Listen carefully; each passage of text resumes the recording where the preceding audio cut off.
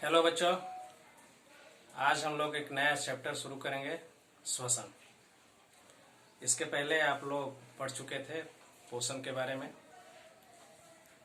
और उसके प्रयोगों के बारे में, जिसमें हमने चारों तरह के प्रयोग बताए हैं।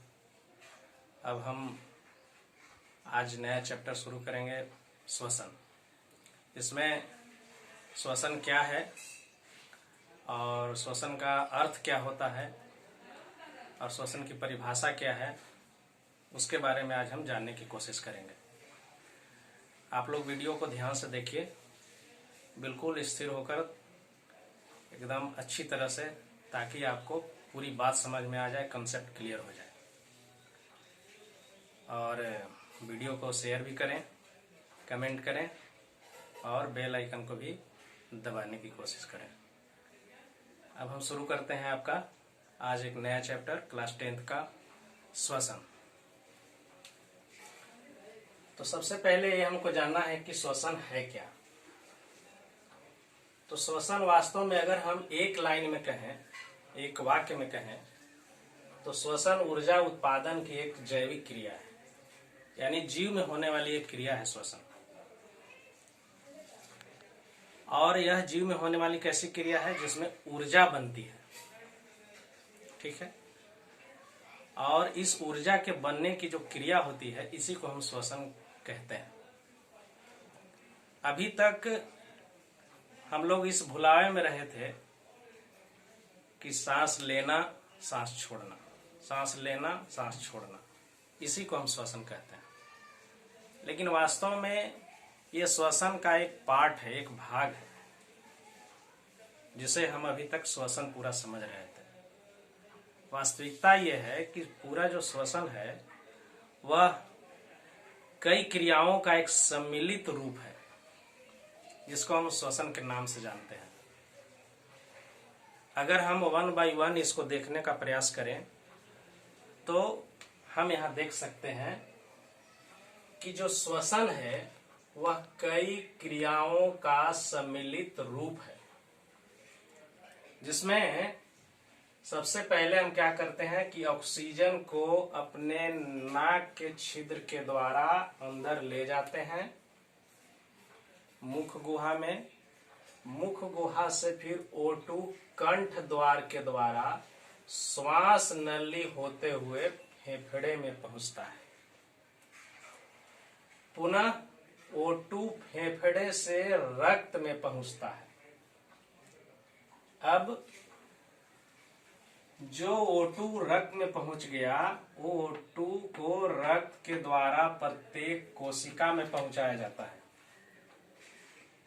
प्रत्येक कोशिका में O2 का पचित भोजन के साथ मिलकर ऑक्सीकरण होता है। अब मान लीजिए पचित भोजन हमारा है, हम लोग पोषण में पढ़े थे कि कैसे हम भोजन को जटिल और अघुलनशील से सरल और घुलनशील रूप में बदल देते हैं। तो कार्बोहाइड्रेट हमारा पच के क्या बन जाता है? ग्लूकोज। तो ये ग्लूकोज है। अब जो हम ऑक्सीजन अपने कोशिका में पहुंचाए हैं इस सब प्रोसेस से होते हुए, तो ये दोनों जब मिलते हैं पचित भोजन के साथ, जब ऑक्सीजन मिलता है तो ऑक्सीकरण की क्रिया होती है, जिसके परिणाम स्वरूप ऊर्जा बनती है और CO2 बनता है और H2O भी बनता है, ठीक है।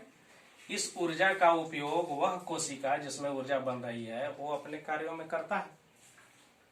इसी तरह से शरीर में जितनी भी ऊर्जा है, जितनी भी कोशिका है, सभी में ऊर्जा बनती है और उसी ऊर्जा से वो कोशिका कार्य करता है और कोशिकाओं का बना हुआ यह शरीर पूरी तरह से कार्य करने लगता है।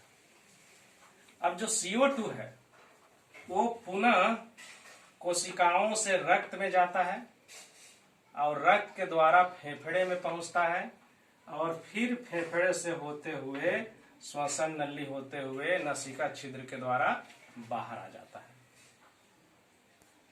तो ये जो ऑक्सीजन लिए और भिन्न भिन्न रास्ते से गुजरते हुए वो कोशिका में पहुंचता है, पचित भोजन के साथ मिलता है, ऊर्जा बनती है, पुनः CO2 उसी रास्ते से, जिस रास्ते से O2 आया था, उसी रास्ते से वापस बाहर निकल जाता है। तो ये जो पूरी क्रिया हो गई, इसी को हम कहते हैं श्वसन। अगर ये सारी बातों को हम एक साथ लिख दें मिलाकर, तो यही बन जाएगी परिभाषा श्वसन की। ठीक है, तो अगर हम इन सारी बातों को समझ लिए, अभी तक हम लोग क्या समझे थे कि O2 ले लिए, CO2 छोड़ दिए, इसी को हम श्वसन कहते हैं। लेकिन वास्तविकता बिल्कुल अलग है कि श्वसन कोई छोटी मोटी क्रिया नहीं है, यह इसमें कई क्रियाएं सम्मिलित हैं, और तब इसको सभी क्रियाओं को हम अगर मिला देते हैं, सभी क्रियाओं को सम्मिलित रूप से अगर हम कहेंगे, तो हम कैसे इसकी परिभाषा बन जाती है। तो